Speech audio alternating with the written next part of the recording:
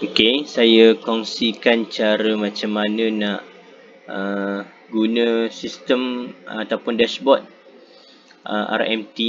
Yang pertamanya, di depan sekali ni dia ada jumlah murid, murid yang hadir, tidak hadir, peratus hadir, hari persekolahan. Ini adalah carta kehadiran bulanan Januari hingga Disember 2026 dan carta PAI untuk bilangan murid daripada tahun 1 sampai tahun 6. Okey. So yang pertama, senarai nama murid, kita ada padam pukal tambah murid. So kita nak tambah secara pukal murid, ialah kita ambil kopi saja nama murid daripada dokumen yang kita ada. Contoh yang saya buat ni, saya nak ambil dulu tahun 1. Okay, so kopi daripada tahun 1.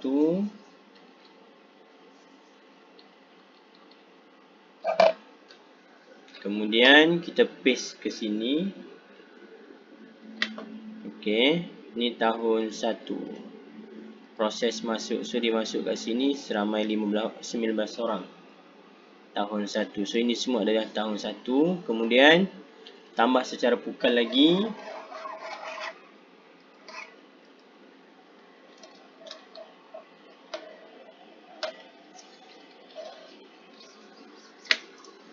Kemudian paste, ni adalah tahun 2.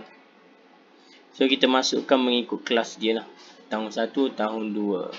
Kemudian tahun 3 tambah lagi secara pukal. Kita copy yang tahun 3.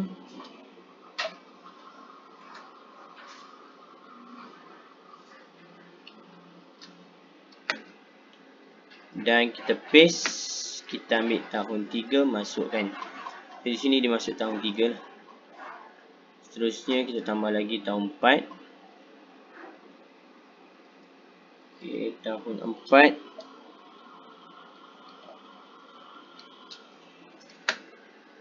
Kita paste. Tahun 4 proses masuk. Kita semak tahun 4 dah. Kita paste lagi tahun 5.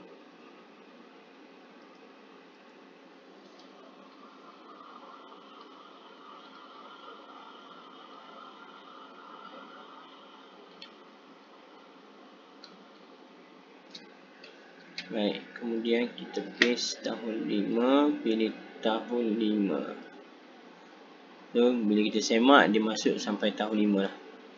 Okey, tambah lagi pukal untuk tahun 6. Tahun 6,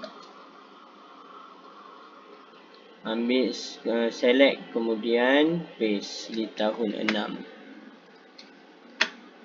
So, ini kita pilih tahun 6, proses masuk. Okey, kemudian ambil yang PPKI. Copy PPKI. Kita masukkan, tambah secara pukal PPKI. So, kita pilih kelasnya PPKI, proses masuk.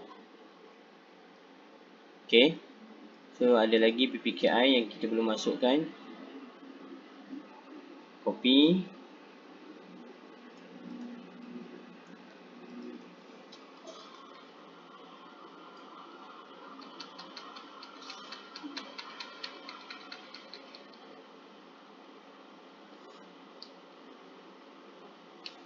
Alright.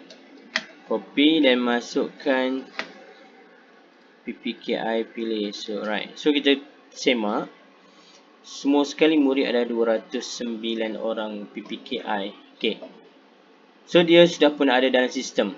Okay. So, kalau kita nak padam secara pukal ni, kita klik padam. So, ini kita boleh padam secara kelas. Pilih kelas, so dipadam secara kelas. Itu padam secara pukal. Kalau kita nak padam by murid, kita klik sini.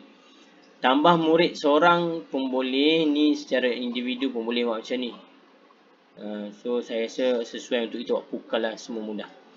Kemudian record kehadiran. Okey, contoh hari ni.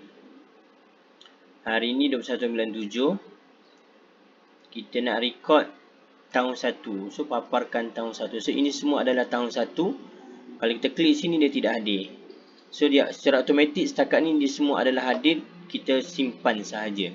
So kita pilih yang tidak hadir je lah, mudah kan. So cari nama murid yang tidak hadir. Klik tahun 1, murid yang tak hadir siapa, dan tukar daripada hijau ni kepada tidak hadir. Kemudian simpan.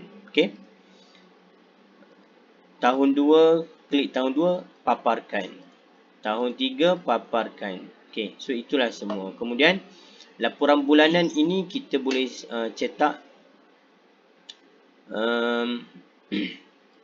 by tahun ataupun boleh cetak secara keseluruhan. Ini semua. Okey. Selamat mencuba. Terima kasih.